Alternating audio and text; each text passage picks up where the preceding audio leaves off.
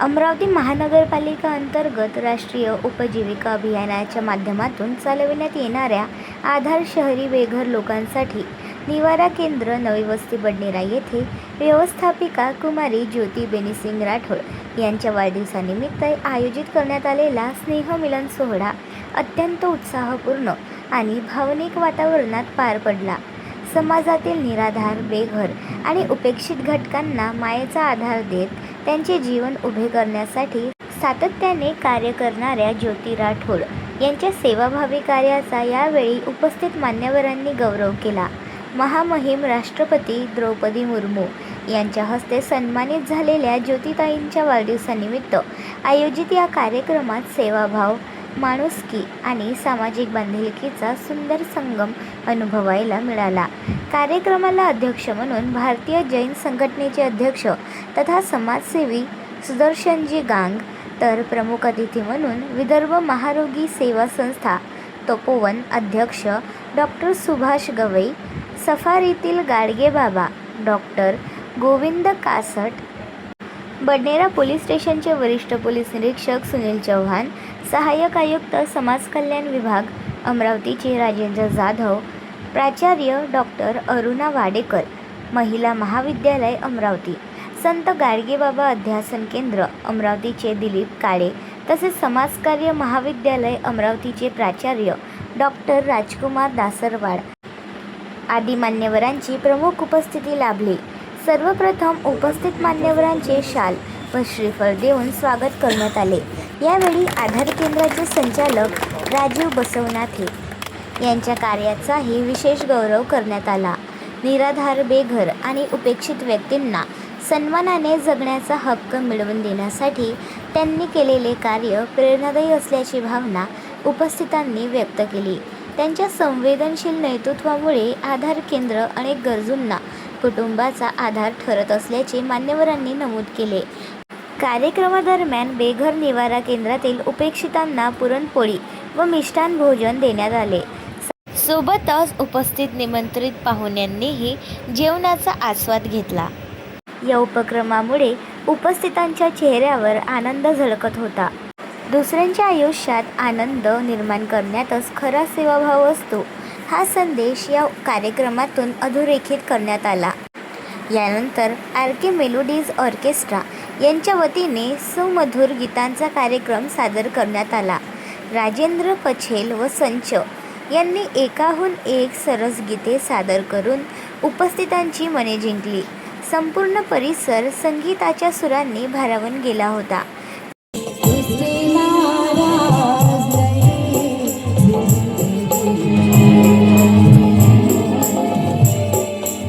जो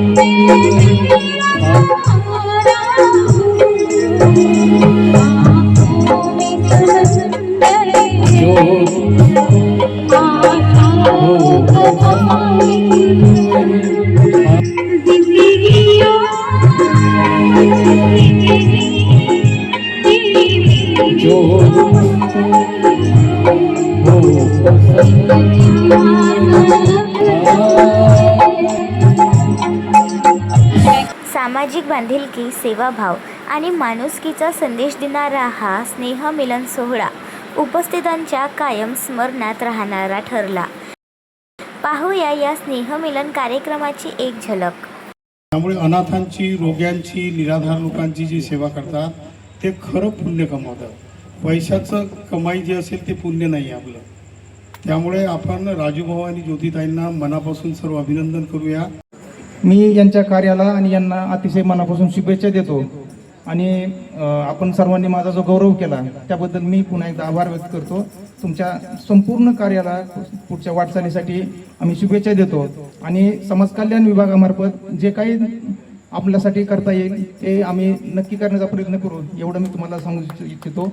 धन्यवाद. इतकं चांगलं घर त्यांना मिळू शकत नाही आणि मला वाटतं इतक्या नगरपालिका असतील ज्यांनी केलेलं असेल असं काम, त्यांना खूप धन्यवाद द्यायला पाहिजे. पण महानगरपालिकेचं हे पुण्य बांधण्याचं केंद्र आहे बेघर. बाकी तर आपण सर्व आपल्याला माहीत आहे, आपण सर्व हे करतो की इथे जे काही पुण्य होतं त्याच्यामुळे अमरावतीमध्ये जे काय विकास होईल ते होईल महानगरपालिकेतर्फे. ते इथलं हे पुण्याचं सेंटर आहे आणि हे आपण राजू दादा, ज्योतिताई हे खूप उत्तम पद्धतीने सांभाळतात. आपल्याला जितक्या शुभेच्छा द्यायच्या तितक्या कमी होईल. वेळेचं एक बंधन असतं. तुमच्या संदर्भामध्ये पुस्तकं लिहिता येईल आणि 187 पुस्तक लिहिलेले गोविंद भाऊ खासडी इथे उपस्थित आहे. अनेक लोक इथे उपस्थित आहेत आणि सुंदर असा ऑर्केस्ट्रा सुरू असताना अरुणा मॅडमनी किती छान ते गाणं गायलं. कधी कधी मैत्री कशी असते, त्यांची मुलगी हॉस्पिटलला आहे आणि आपण त्या दिवशी होतो, पण एक मैत्री आणि मग ही सामाजिक काम करते तर हिच्या वाढदिवसाला आपण जायला पाहिजे. ठीक आहे, तिथपर्यंत बरोबर आहे. पण आल्यानंतर तिच्या उत्साहामध्ये वाढ करण्याकरता एखादं छानपैकी गाणंसुद्धा म्हणायचं आणि मुलीचा आजारपण असताना सुद्धा हे सुद्धा एक सामाजिक. बडनेरावरनं BCN न्यूज करिता मच्छिंद्र भटकर. आपण पाहत आहात BCN न्यूज. आमच्या चॅनलला लाईक करा, शेअर करा व सबस्क्राईब करायला विसरू नका.